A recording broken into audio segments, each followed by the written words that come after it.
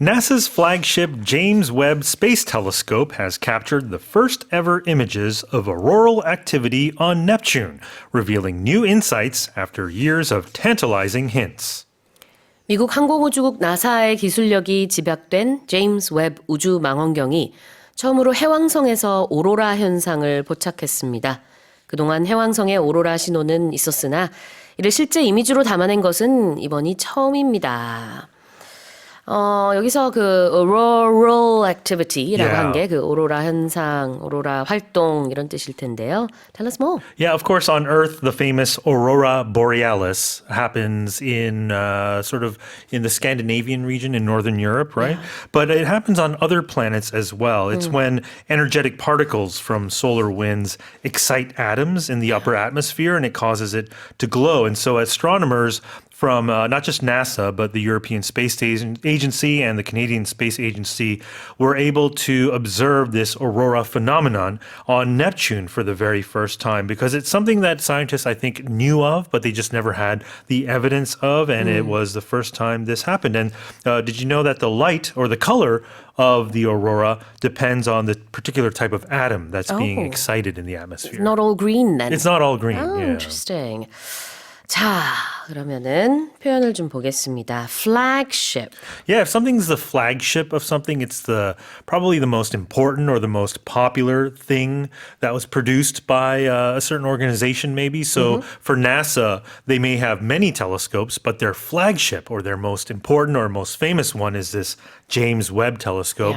Yeah. You see stores Yes. might have many branches, but their main headquarter or their main sort of store would be their flagship store. 그러네요. 대표적인 주력 상품이 될 수도 있고, 여기서는 그 제임스 웹 텔레스코프를 얘기하면서 나사의 뭐 주력 텔레스코프, 주력 상품처럼 표현을 하고 있습니다. Right. In Korean, you say 대표적, right? So in English, it's translated as representative.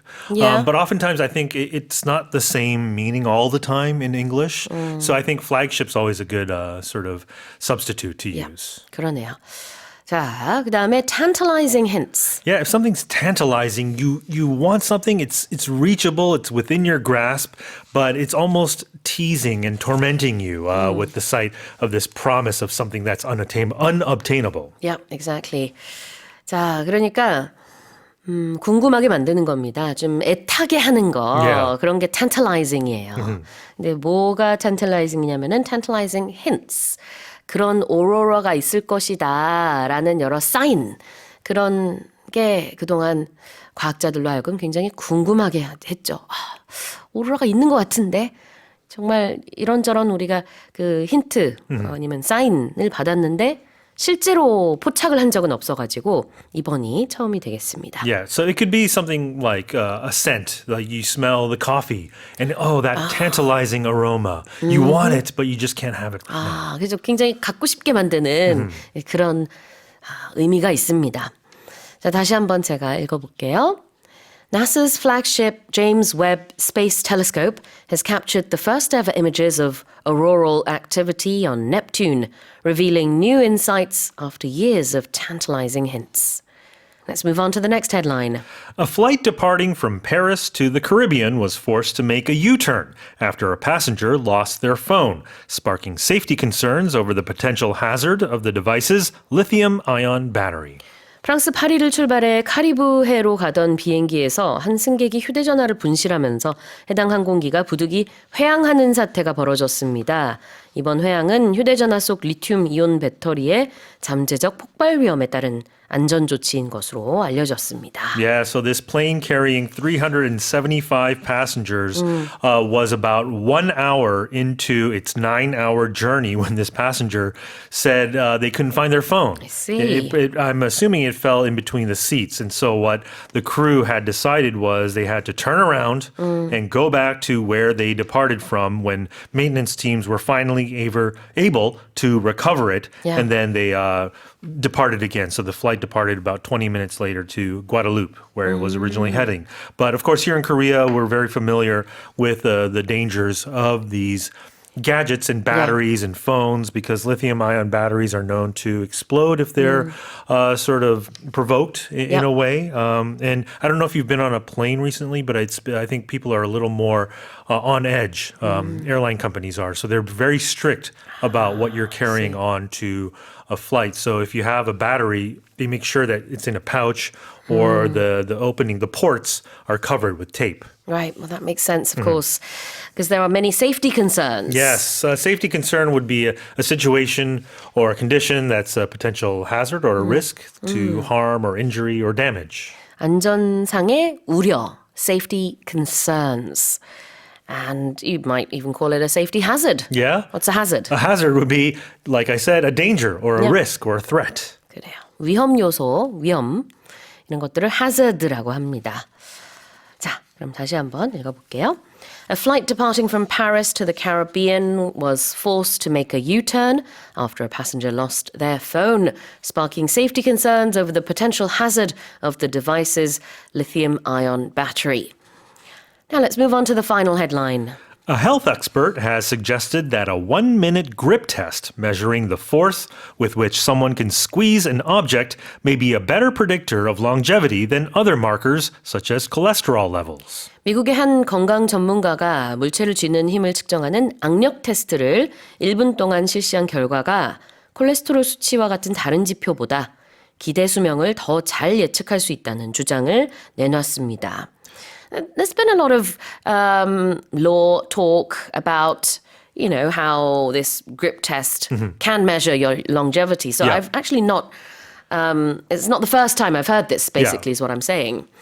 Tell us more, though. Yeah, the theory behind it is that when you grip something, you're using a lot of muscles in your arm, from your muscles and your joints in the entire arm. So it's an indicator of how much muscle you have. And of course, as you grow older, you lose muscle mass, which is always a problem. And then you're at more risk of injury. So what this nutritionist found out was that if you can't hold a dumbbell, that's 3/4 your weight. So for example, if you're 80 kilograms, you have to be able to hold at least 60 kilograms for 1 minute. And if you can't, you'll die earlier than you would if you were stronger. So of course, we're all obsessed with living longer, being healthy, longevity.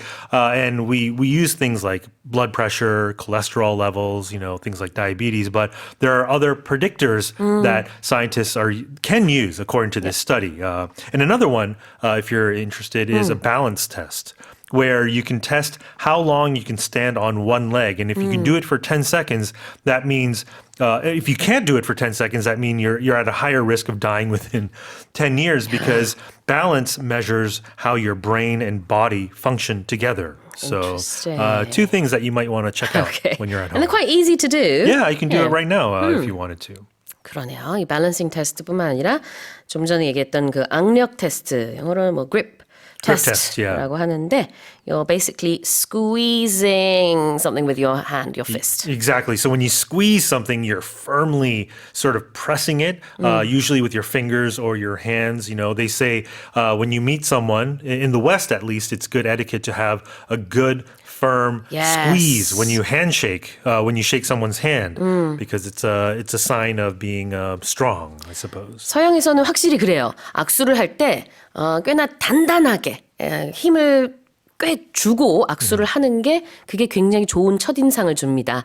만약에 좀 흐물흐물하게 약하게 손을 잡으면 마치 생선을 잡는 것 같다라고 표현을 할 정도로 굉장히 안 좋은 이미지를 줘요. 이 사람은 좀 약하구나 이런 느낌. If you're curious, go on the internet and search Trump and Macron. Oh. Their handshake. Yeah. Were they both very firm? It's a battle. So it's a battle and neither will let go. Oh, really? Yeah, and they have this white knuckle sort of handshake going on. It's very interesting. It's very amusing to watch. 미국과 프랑스는 둘 다 그 문화가 있기 때문에 아마 굉장히 firm하게 핸드쉐이크 했을 것 같아요. Yeah, and it's a sign of, strength. 그렇습니다. But the word squeeze, it has other connotations and meanings too. When you go through a sort of tight space, Sure. You could say it's a tight squeeze. Or if you're financially in a squeeze, that means you're short on money, or you have to borrow or invest in something in a crisis. When I make my pasta, I like to squeeze a lemon in it. Ah, okay. So that it has that lemony flavor. Right. 그래서 squeeze는 뭐 짜다 이런 의미예요. Right? Exactly. 네, 뭔가 이렇게 몸을 또 이렇게 호쭉하게 만들어가지고 좁은 틈에 들어갈 때도 squeezing through라고 하기도 하고, 그 다음에 아까 말한 재정적으로 요즘에 내가 돈이 많이 없어 Yeah. 그럴 때도 I'm in a squeeze. I'm in a squeeze Yeah. 이렇게 표현할 수 있는데, 자 여기서는 손을 꽉 쥐는 거 squeezing your hand 이렇게 표현을 하고 있습니다. longevity는요?